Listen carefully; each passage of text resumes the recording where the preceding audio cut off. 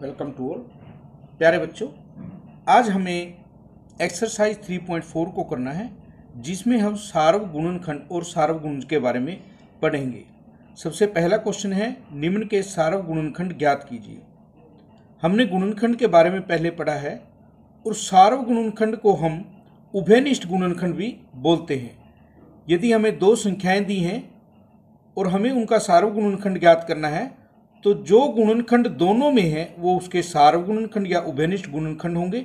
सबसे पहले हमें 20 और 28 के सार्वगुणनखंड ज्ञात करने हैं। 20 के गुणनखंड जिन जिन संख्याओं से 20 भाग होता है, 1, 2, 4, 5, 10, 20, ये 20 के गुणनखंड।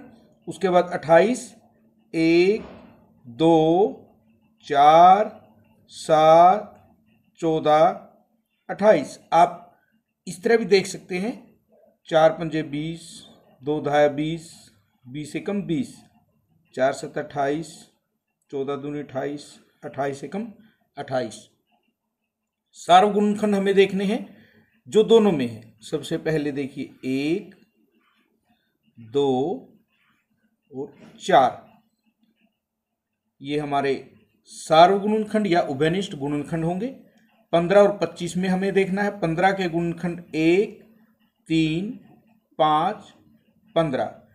25 का 1, 5, 25, क्योंकि 5 पंजे 25 होता है, लेकिन हम एक बार ही एक अंक को लेते हैं। इन दोनों में यदि हम देखें तो हमारे पास 1 और 5 जो हैं वो इनके सार्वगुणनखंड हैं। उसके बाद हमारे पास है 35 और 50।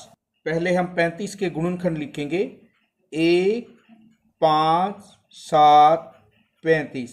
उसके बाद 50 के 1, 2, 5, 10, 25, 50, जिन संख्याओं से 50 भाग होता है। देखिए 5 धाय 50, 25 दूनी 50, 50 एकम 50, जिनकी भी गुणा 50 है वो उसके गुणनखंड हैं। 5 सते 35, 35 एकम 35। गुणन मैंने गुणा, खंड मैंने टुकड़े, गुणा के टुकड़े। तो सार्वगुणनखंड हमें देखना है 1, 5। 1 और 5 इसके सार्वगुणनखंड होंगे। 56 के गुणनखंड पहले देखिए, 1, 2, 4, 7, 8, 14, 28, 56। 7 8 56, 14 चौके 56, 28 दूनी 56 और 56 एकम 56, ये हमारे कंप्लीट हुए। 120 के लिए देखिए किस किस से भाग होता है, 1, 2, 3, 4, 5, 6, 8, 10, 12, 15, 20, 30, 40, 60, 120। 120 एकम 120, 60 दूनी 120, 40 तिया 120, 30 चौका 120, हमारा 5 है। 24 पंजा 120 होता है, तो यहाँ पर हमारा एक गुणनखंड 24 भी आएगा। 15 8 120, 12 धाया 120। तो हमारे ये सब क्या है, 120 के गुणनखंड है। सार्वगुणनखंड हमें देखना है दोनों में क्या क्या है। सबसे पहले 1, उसके बाद 2, 4, 8। यहाँ पर 14 28 56 में से कोई भी नहीं है। 1, 2, 4 और 8 हमारे क्या होंगे, सार्वगुणनखंड। नेक्स्ट में हमारे पास 3 संख्याएं हैं जिनका हमें सार्वगुणनखंड ज्ञात करना है। सबसे पहले 4 के गुणनखंड हम देखते हैं, 1, 2, 4। 8 के गुणनखंड 1, 2, 4, 8। 12 के 1, 2, 3, 4, 6, 12। 1 हमारे पास तीनों में है, 2 भी तीनों में है, और उसके बाद हमारे पास 4 ऐसी संख्या है, ऐसा गुणनखंड है जो तीनों में है। 1, 2, 4 हमारा जो सार्वगुणनखंड या उभयनिष्ठ गुणनखंड होगा। 5 के गुणनखंड हमें देखने हैं, 1 और 5। 15 के 1, 3, 5, 15।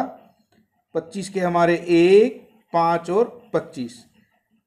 देखिए 1 हमारे पास सभी में है और 5 ऐसा गुणनखंड है जो सभी में है, तो 1 और 5 इसके क्या होंगे, सार्व गुणनखंड होंगे। नेक्स्ट में हमारे पास है निम्न के प्रथम 3 सार्व गुणज। अब तक हमने गुणनखंड किया है, अब की बार हमारा गुणज का प्रश्न है। गुणज से हमारा मतलब है गुणा से। सबसे पहले 6 और 8 के गुणज हम निकालेंगे, उसके बाद इनके सार्व गुणज यानी दोनों में जो उभयनिष्ठ हैं वो हमारे सार्व गुणज है। 6 के गुणज 6 एकम 6, 6 दूनी 12, 6 तिया 18, 6 चौका 24, 6 पंजा 30, 6 छिक 36, 6 सत्ते 42, 6 अट्ठे 48। इस तरह से चलेंगे। 8 के 8 एकम 8, 8 दूनी 16, 8 तिया 24, 8 चौके 32, 8 पंजे 40, 8 छिक 48, 8 सत्ते 56। इस तरह से हमारे चलेंगे। अब दोनों में उभयनिष्ठ जो है, सबसे पहले देखिए यहाँ पर 24, उसके बाद हमारा 48। तो यहाँ पर जब हमें लिखने होंगे तो हम इसके गुणज लिख सकते हैं। 24 एकम 24, 24 दूनी 48, 24 तिया 72। आप जब इसे आगे करेंगे तो आपके पास 72 भी इसमें से एक सार्व गुणज होगा। 12 के गुणज हमें करने हैं। 12 एकम 12, 12 दूनी 24, 12 तिया 36, 12 चौक 48, 12 पंजे 60, 12 छिक 72, 12 सात 84, 12 अठे 96, 12 निमा 108, 12 दहाया 120। इस तरह से हमारे चलेंगे। 18 एकम 18, 18 दूनी 36, 18 तिया 54, 18 चौक 72, उसके बाद हमारा 90, 108। और इस तरह से जब हम करते जाएंगे तो हमें इसके गुणज जो हैं वो प्राप्त होते जाएंगे। अब हमें सार्व गुणज या उभयनिष्ठ गुणज देखने हैं। सबसे पहले हम देखते हैं कि दोनों में 36 है।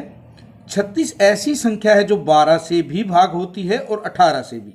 आगे 72 हमारे पास है। 36 एकम 36, 36 दूनी 72, 36 तिया 108। देखिए यहाँ पर 108 भी है। इस प्रकार जब हम देखेंगे तो हमें प्रथम 3 सार्व गुणज ये प्राप्त होंगे। अब नेक्स्ट क्वेश्चन में हमें दिया है 100 से छोटी ऐसी सभी संख्याएं लिखिए जो 3 और 4 के सार्व गुणज हैं। अभी जैसा कि हमने सार्व गुणज के प्रश्नों में ऊपर किया, यदि हमें पहला, दूसरा, तीसरा कोई भी सार्व गुणज मिल जाता है तो हम आगे उसके गुणज निकाल कर अगले सभी सार्व गुणज ज्ञात कर सकते हैं। 3 के गुणज देखिए, 3 एकम 3, 3 दूनी 6, 3 तिया 9, 3 चौक 12, 3 पंजे 15, 3 छिक 18, 3 सता 21, 3 अट्ठा 24। और इस तरह से जब हम चलेंगे लास्ट में हमारा 99 ऐसा अंक है 100 से छोटा जो इससे विभाज्य है। उसके बाद 4 के गुणज, 4, 4 दूनी 8, 4 तिये 12, 4 चौके 16, 4 पंजे 20, 4 छिका 24, 4 सत्ता 28, 4 अठा 32। और 100 से छोटा हमें लेना है तो यहाँ पर 96 आएगा जो सबसे लास्ट का होगा 100 का।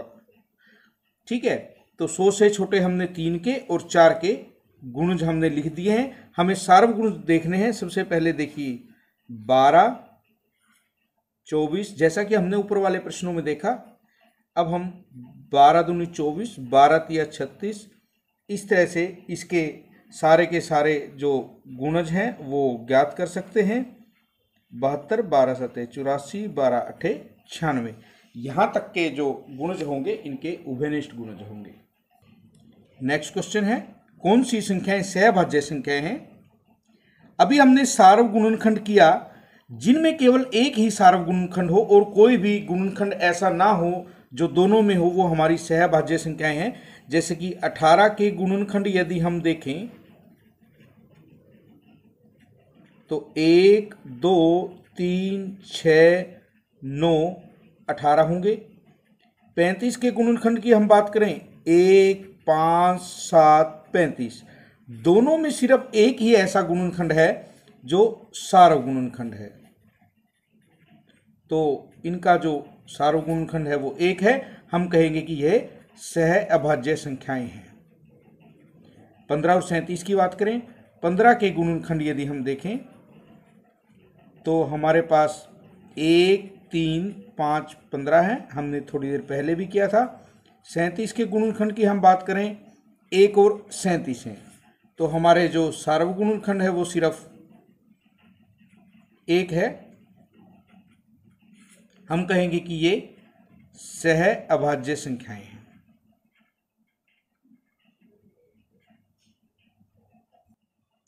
जैसे ही हमें एक के अलावा कोई भी दूसरा गुणनखंड मिले, हम कह सकते हैं कि वो सहभाज्य संख्याएं नहीं होंगी। 30 के गुणनखंडों की बात करते हैं। 1, 2, 3, 5, 6, 10, 15, 30, ये इसके गुणनखंड है। 415 के गुणनखंड की बात करते हैं हम।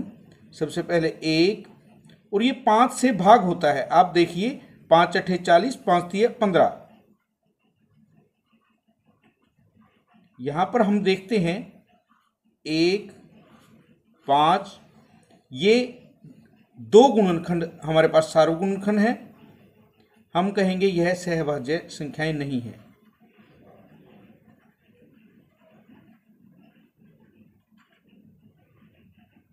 अब 17 और 68 के, 17 के 1 और 17, 68 में 1, 2, 17, 34, 68 सार्वगुणनखंड देखते हैं हम, तो हमारे पास एक से अधिक हैं। हम कहेंगे ये सह अभाज्य संख्याएं नहीं हैं। उसके बाद नेक्स्ट हमारे पास 216 और 215 है। 216 के गुणनखंड हम लिखेंगे 1, 2, 3। यहाँ पर हम वो सभी संख्याएं लिखेंगे जिनसे 216 भाग होता है। 3 के बाद देखिए 4, 6, उसके बाद हमारे पास 6 के बाद देखिए क्या आएगा। 6 के बाद यदि हम देखें तो इसे ये 8 से भाग होता है। उसके बाद 9, 12, 18, 24, 27, 36, 54, 72, 108 और 216, ये सभी 216 के गुणनखंड हैं। 215 के गुणनखंड की हम बात करेंगे तो सबसे पहले तो 1 आएगा इसमें। उसके बाद ये 5 से भाग होता है, और 5 से यदि हम भाग करें 5 चौके 20, 5 तिये 15, और हमारे पास क्या होगा 5 चौके 20, 5 तिये 15, हमारा जो ये है अभाज्य संख्या है। उसके बाद हमारा 215 होगा। सार्वगुणनखंड हम देखते हैं, इनमें 1 के अलावा और कोई भी संख्या एक जैसी नहीं है, इसीलिए हम कहेंगे ये सह अभाज्य संख्याएं हैं।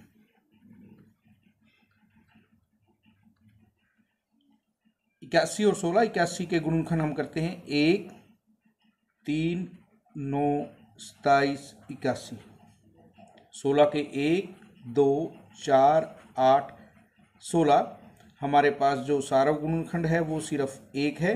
हम कहेंगे कि ये सह अभाज्य संख्याएं हैं। उसके बाद नेक्स्ट,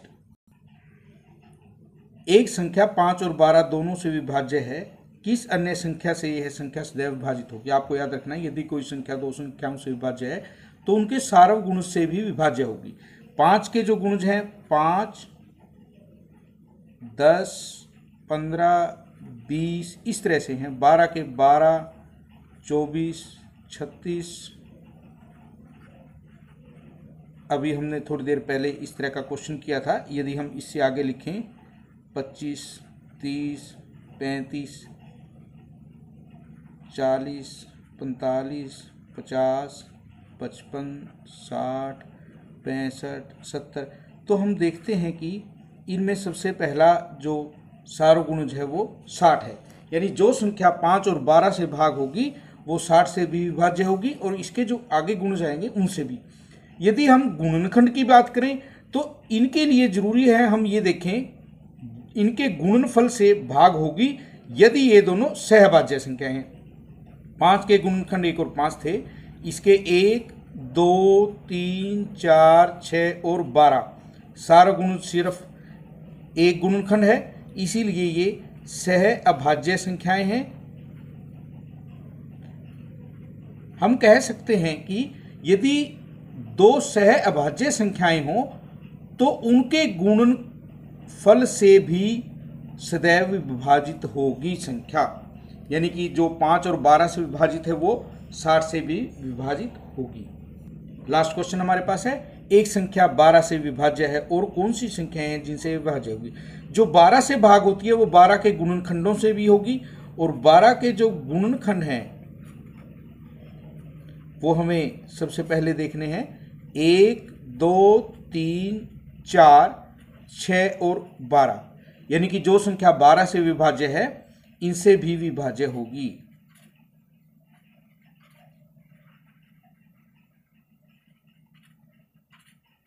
इस प्रकार हमारी प्रश्नावली कंप्लीट। आज के लिए